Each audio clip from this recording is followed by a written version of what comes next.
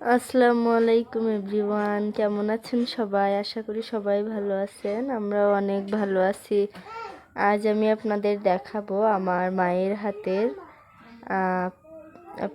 ভাপা পুলি। তার জন্য আমি কিছু চাউলের গুঁড়া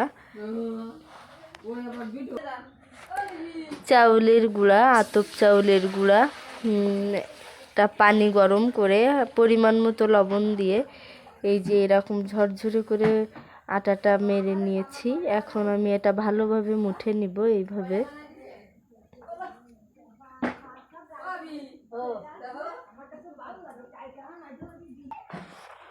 এই যে আমি এভাবে কিছু সময় ধরে ভালোভাবে মুঠে নিব।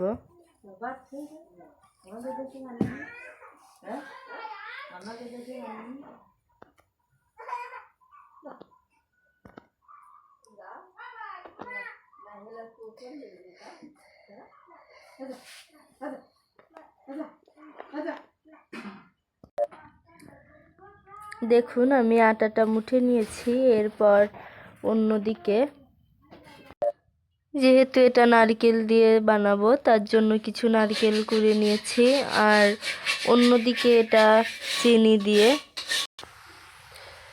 যেতে অল্প পরিমাণে চিনি আর একটু পানি দিয়ে এটা ভালোভাবে নাড়িয়ে নারকেলটা এর ভিতর দিয়ে দিচ্ছি।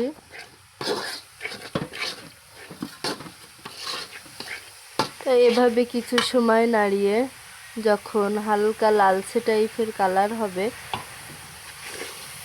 একটু বেশি স্বাদ করার জন্য অল্প পরিমাণে দুধ দিয়ে নিয়েছি। চিনিটা আপনারা পরিমাণ মতোই দিবেন। যারা একটু বেশি মিষ্টি পছন্দ করেন তারা একটু বেশি চিনি দিবেন, আর পরিমাণ মতো আপনারা অল্প বা বেশি দিয়ে নিতে পারেন। এইভাবে নাড়াতে নাড়াতে যখন একটু লালচে টাইপের কালার হবে তখন এটা নামিয়ে নেব। যে এটা কিছু সময় প্রায় 10 মিনিটের মতো ভেজে নিচ্ছি। এটা প্রায় হয়ে গেছে, এখন এটা নামিয়ে নেব। দেখুন আমি এইভাবে সবগুলো রুটি বেলে নিচ্ছি, তারপর কেটে নিয়ে করতে থাকবো। আপনারা সবাই আমার পাশে থাকার জন্য চ্যানেলটি সাবস্ক্রাইব করে আমার পাশে থাকবেন। ভিডিওটি ভালো লাগলে লাইক দিয়ে দিবেন, কমেন্ট করতে ভুলবেন না। যে আমি পিঠাটা সহজ করে অল্প সময়ে বানানোর জন্য আমি প্রথমে রুটি বেলে এই যে এইভাবে সাইজ করে সবগুলো কেটে নিয়েছি।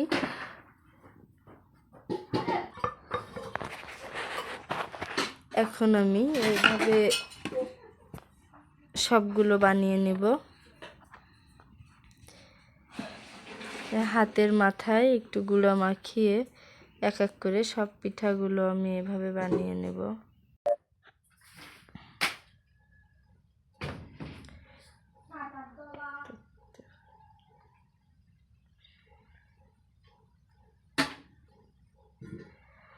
আপনারা সবাই শীতের সময় এই পিঠাটা অবশ্যই বাসায় ট্রাই করবেন, কারণ এই পিঠাটা শীতের সময় খেতে অনেক মজাদার।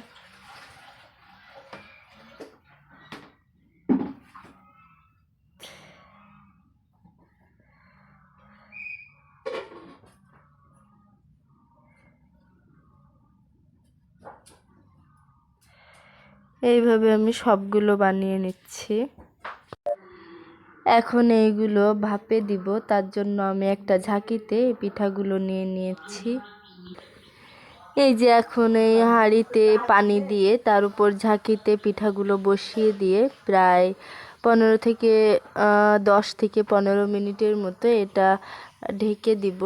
ঢেকে ভাপে দিয়ে নিব। আসলে ভাপা পুলিটা যারা খেয়েছেন তারাই জানেন, এটা অনেক সুন্দর, খেতেও অনেক মজা। মাশাআল্লাহ, দেখুন পিঠাটি হয়ে গেছে। এখন আমি এটা নামিয়ে নিয়েছি, এটা কেটে দিয়েছি আপনাদের দেখানোর জন্য। এটা দেখতে যেমন সুন্দর, খেতেও অনেক মজা হয়েছে। তা আপনারা সবাই ট্রাই করবেন। ভালো থাকবেন সবাই, দোয়া করবেন আমাদের জন্য। আল্লাহ হাফেজ।